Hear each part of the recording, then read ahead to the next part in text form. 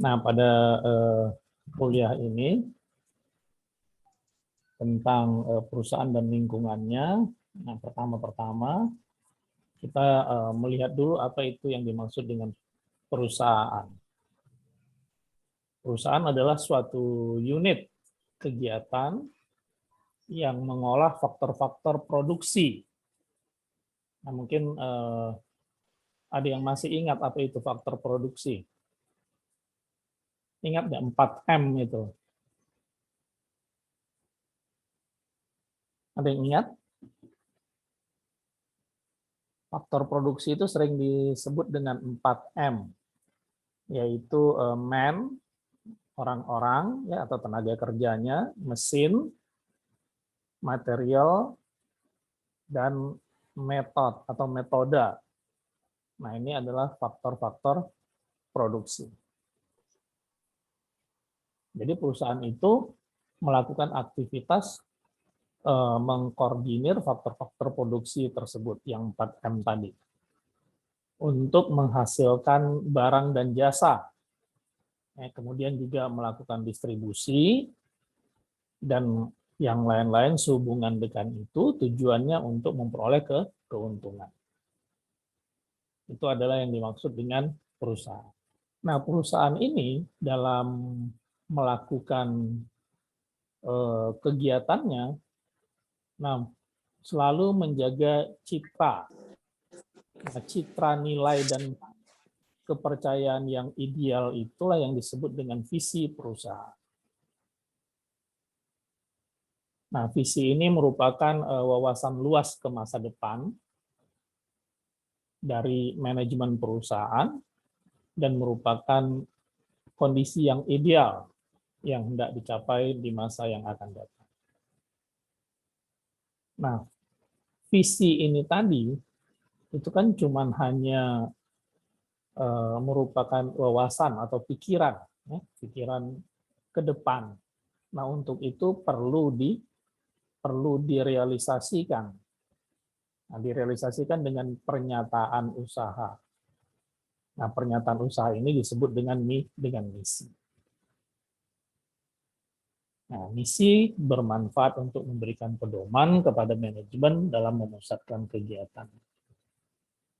Nah, jadi dalam menjalankan perusahaan itu perlu visi dan misi, supaya tujuan perusahaan itu jadi jelas dan dan kegiatannya pun juga jadi jelas. Kegiatannya ada di dalam misi. Nah, ini adalah definisi visi. Satu, diciptakan melalui pemufakatan. Berarti manajemen, ya, jajaran direksi, ya, petinggi-petinggi perusahaan duduk bersama menentukan visi, untuk menetapkan visi perusahaan. Kemudian visi ini memberikan pandangan atas segala sesuatu yang terbaik di masa yang akan datang. Jadi segala sesuatu yang dianggap baik dan terbaik di masa depan, nah, dijabarkan di dalam visi. Nah, kemudian visi tadi ini dapat mempengaruhi orang-orang untuk menetapkan misi perusahaan. Nah, di dalam menetapkan visi ini tidak ada batas waktunya. Itu visi. Kemudian misi. Nah, misi ini menjelaskan alasan dan keberadaan perusahaan. Jadi lebih detail lagi, ya, dijelaskan kenapa perusahaan ada. Yang kedua, misi ini tidak selalu mencerminkan suatu kinerja. Walaupun ada alokasi sumber daya dan penetapan tujuan. Dimensi dan tolak ukurnya tidak ada. Jadi tetap tidak ada tolak ukur, yang ada hanya target, sasaran. Keempat adalah menjelaskan tentang kegiatan usaha yang sedang dilakukan dan akan diupayakan sebaik mungkin. yang menyangkut produk, konsumen, maupun pasar. Jadi itu semua ada di dalam misi. Jadi kalau diringkas ya misi ini menjelaskan visi. Atau bagaimana visi itu bisa dicapai dengan melalui misi. Bisa demikian. Nah, itulah tentang perusahaan secara ringkas.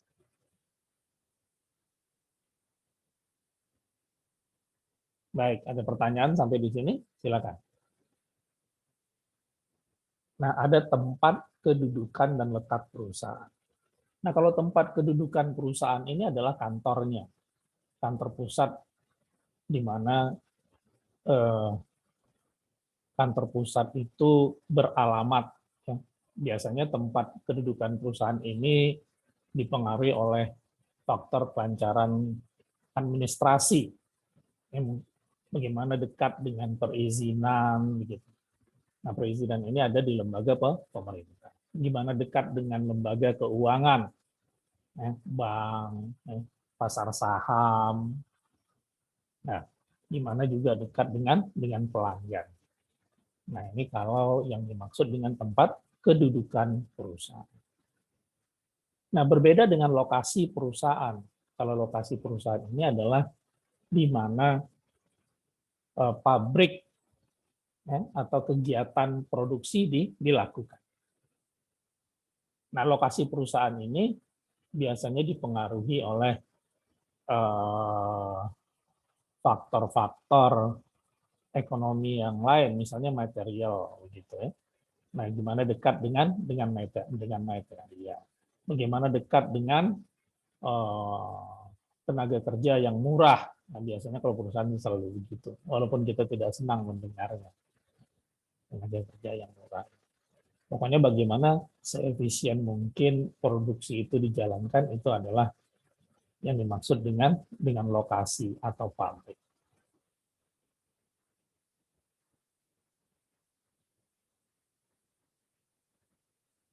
Nah, letak perusahaan yang pabrik tadi itu dapat dibedakan menjadi 4. Maksudnya 4 hal ini menjadi faktor atau kondisi letak perusahaan. 1, terikat keadaan alam. 2, terikat sejarah. 3, terikat oleh pemerintah atau oleh peraturan pemerintah. Kemudian dipengaruhi oleh faktor-faktor ekonomi. Nah, yang terikat kepada alam itu pada umumnya karena ketersediaan dan kemudahan bahan baku. Nah, jadi misalnya lokasi perusahaan ada di Padalarang, karena mungkin dekat dengan batu-batu itu. Karena perusahaan kita membuat patung, gitu, misalnya patung dari batu. Nah, didekatkan lokasi perusahaannya ke situ. Atau perusahaan kita bergerak di tambang batu bara. Nah, batu bara ini banyak di Kalimantan, misalnya. Nah, jadi kita dekatkan letak perusahaan kita ke sana. Kalau kantornya bisa di Jakarta. Oke, terikat sejarah. Nah, terikat sejarah ini ada yang melatar belakangi kenapa perusahaan kita berada di tempat itu. Latar belakang sejarah, misalnya batik itu selalu di Jogja, di Solo, gitu. Atau di Pekalongan. Karena dari dulu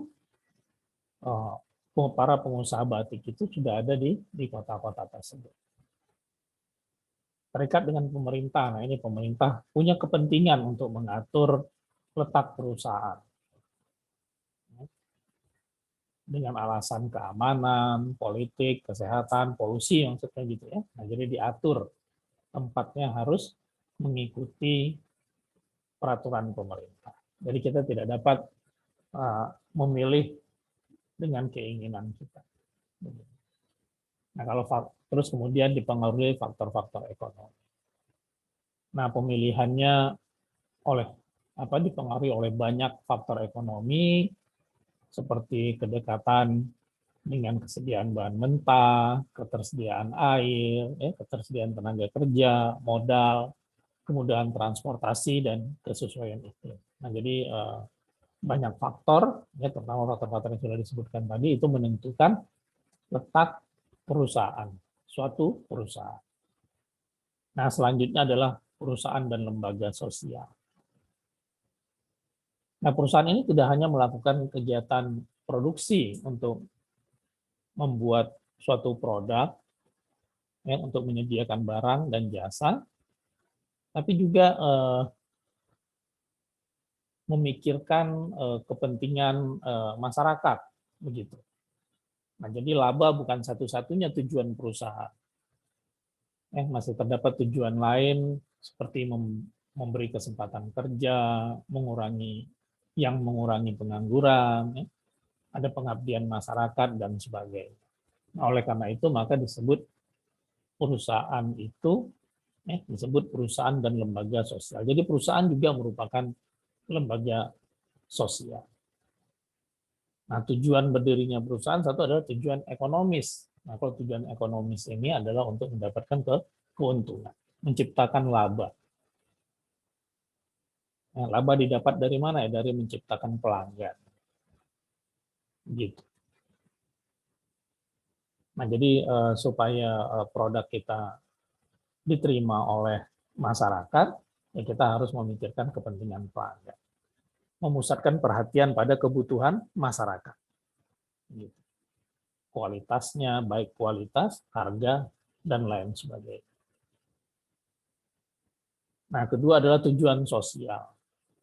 Ini sehubungan dengan tadi kenapa kita sebut perusahaan itu juga merupakan lembaga sosial. Nah, dalam tujuan sosial ini perusahaan memperhatikan keinginan investor.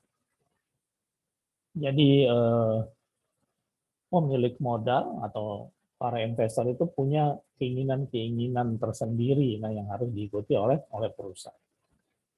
Karyawan juga punya keinginan. Karyawan pengen mendapat kesejahteraan di dalam perusahaannya. Penyedia atau kata lain dari penyedia ini apa? Supplier, vendor. Ya, nah mereka juga punya kepentingan-kepentingan selain mencari keuntungan yang minta dilayani juga oleh perusahaan. Faktor-faktor produksi lainnya maupun masyarakat luas.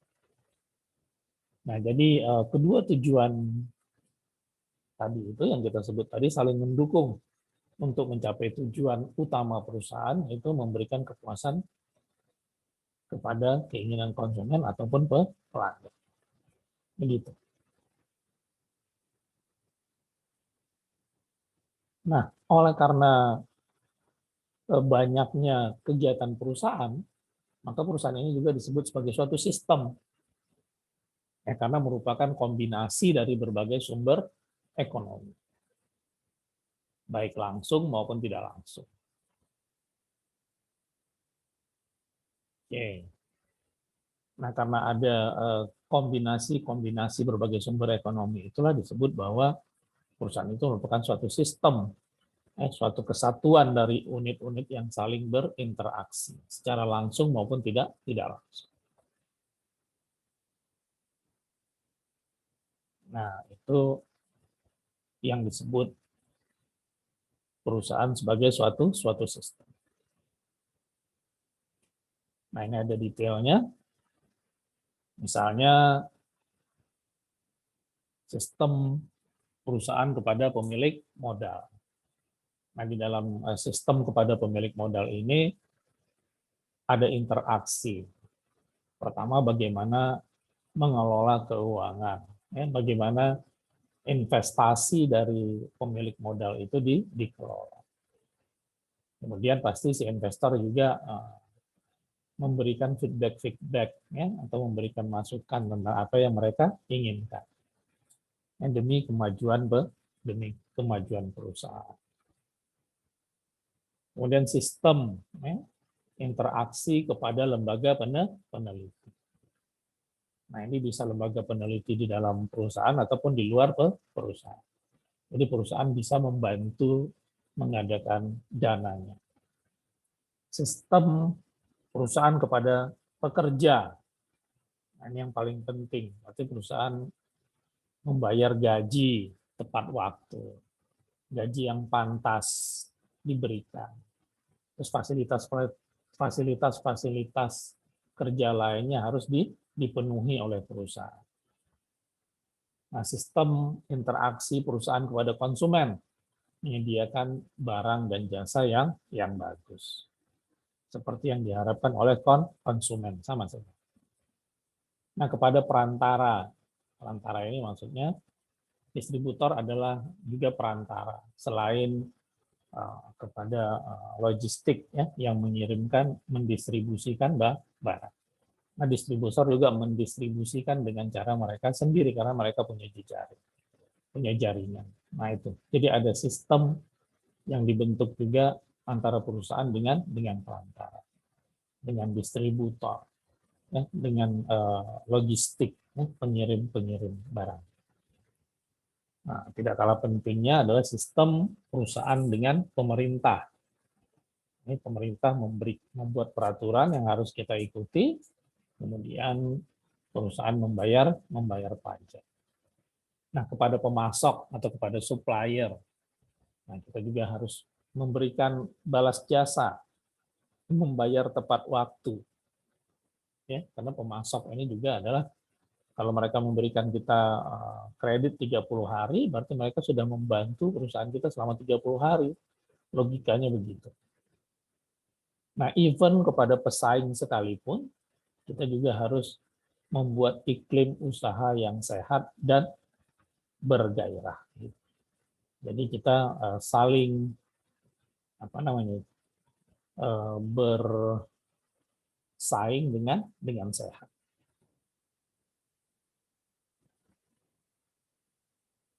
Nah, sifat sistem perusahaan tadi itu ya bisa kompleks. Jadi kompleks itu saling keterkaitannya banyak. Kemudian juga merupakan satu kesatuan yang harus kita ikuti. Kemudian beragam sifatnya. Saling ketergantungan antara satu sistem dengan sistem yang lain. Dan yang kelima adalah dinamis. Maksudnya sistem ini berubah terus sesuai dengan situasi, kondisi, dan kepentingan perusahaan. Nah, itu sifat sistem di dalam perusahaan yang kita sebutkan tadi. Dalam menjalankan perusahaan itu ada fungsi-fungsinya yang harus dikoordinir untuk mencapai tujuannya. Nah, tujuan perusahaan tadi untuk mendatangkan laba dan memuaskan pelanggan. Nah, fungsinya ada dua, yaitu ada fungsi operasi dan fungsi manajemen. Kalau fungsi operasi ini, fungsi operasional ini, seperti pembelian, terus pembelian bahan baku, terus produksinya, gitu, itu ada di dalam fungsi operasi. Kemudian setelah produknya jadi, pemasarannya, keuangannya, ya, modal, terus kemudian juga sistem pembayaran, gitu, sistem piutang yang diberikan, itu semua ada di dalam fungsi operasional. Personalia, bagaimana pemilihan tenaga kerja. Akuntansi juga, itu ada di operasional. Teknologi, komunikasi, pelayanan, dan undang-undang yang harus diikuti juga ada di fungsi operasi. Nah, kemudian ada fungsi manajemen. Nah, fungsi manajemen ini biasanya ditentukan oleh direksi ya, atau petinggi perusahaan, yaitu tentang perencanaan. Ya, bisa perencanaan kerja, bisa perencanaan investasi, ya, pengembangan, terus pengorganisasian, pengarahan, pengendalian. Nah, ini sesuai sama definisi fungsi manajemen. Itu planning, organizing, actuating, dan control. Nah, bila kedua fungsi tadi berjalan dengan baik, perusahaan akan menjalankan operasionalnya dengan lancar, ya. Terkoordinasi, terintegrasi, sehingga tujuan perusahaan dapat dicapai. Nah, berikut adalah ciri-ciri perusahaan. Ciri-ciri perusahaan itu secara umum satu, operatif, maksudnya ada kegiatannya, kegiatan ekonomi. Ya. Kemudian ada koordinasi. Ya. Koordinasi diperlukan agar saling mendukung. Ada kebiasaan atau reguler. Nah, untuk mencapai kesinambungan perusahaan diperlukan keteraturan, ya. Kebiasaan atau reguler yang teratur. Kemudian ada sifat yang dinamis. Kita meyakini bahwa lingkungan selalu berubah, oleh karenanya kita harus mampu juga berubah, mengikuti perubahan yang terjadi terhadap perusahaan. Terus ada formalitas, ada keadaan formal yang harus diikuti oleh perusahaan terhadap peraturan-peraturan yang berlaku. Kemudian ada lokasinya, ada kantornya, ada pabriknya, begitu. Jelas, secara jelas. Kemudian yang terakhir tentu ada pelayanan yang diberikan. Nah, keberhasilan perusahaan terhadap visi dan misi tadi, ya, untuk suatu kawasan, nah, harus diberikan dengan baik. Hubungan dengan lingkungan perusahaan itu dibedakan menjadi lingkungan eksternal dan internal. Lingkungan eksternal adalah lingkungan yang ada di luar perusahaan, tapi mempengaruhi kegiatan perusahaan. Lingkungan internal adalah faktor-faktor yang berada dalam kegiatan produksi, langsung mempengaruhi hasil produksi. Nah, yang eksternal ini dibagi dua. Satu, eksternal mikro. Nah, eksternal mikro ini adalah lingkungan eksternal yang mempunyai pengaruh langsung terhadap kegiatan perusahaan. Nah, contohnya supplier atau pemasok. Nah, mereka langsung mempengaruhi karena mereka adalah yang menunjang suplai perusahaan itu. Kebutuhan perusahaan bahan baku, bahan-bahan penunjang penunjang produksi, nah itu disediakan oleh supplier. Nah, faktor eksternal mikro lainnya, misalnya itu tadi distributor, pengecer, pengirim barang yang itu seperti sekarang kan Gojek, Grab, apalagi Si Cepat, JNE itu merupakan perantara. Ada teknologi yang berkaitan dengan perkembangan proses kerja dan peralatan. Nah, itu juga harus diikuti. Nah, itu juga merupakan lingkungan eksternal mikro. Pasar juga faktor eksternal mikro sebagai sasaran produk yang kita hasilkan. Nah, kedua adalah lingkungan eksternal makro. Nah, ini adalah faktor lingkungan di luar perusahaan, tapi tidak berpengaruh secara langsung. Walaupun ada, ya, tapi tidak langsung. Contohnya ya keadaan alam, lingkungan, situasi politik, keamanan dan pertahanan, hukum, terus keadaan perekonomian. Kalau krisis ya kita nggak bisa.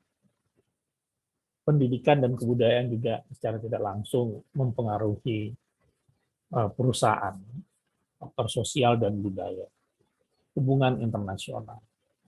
Nah, itu adalah faktor-faktor lingkungan eksternal yang tidak langsung berpengaruh kepada perusahaan.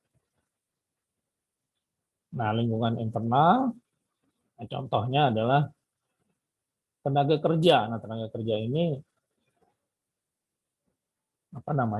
mempengaruhi hasil produksi secara langsung. peralatan dan mesin yang kita pakai.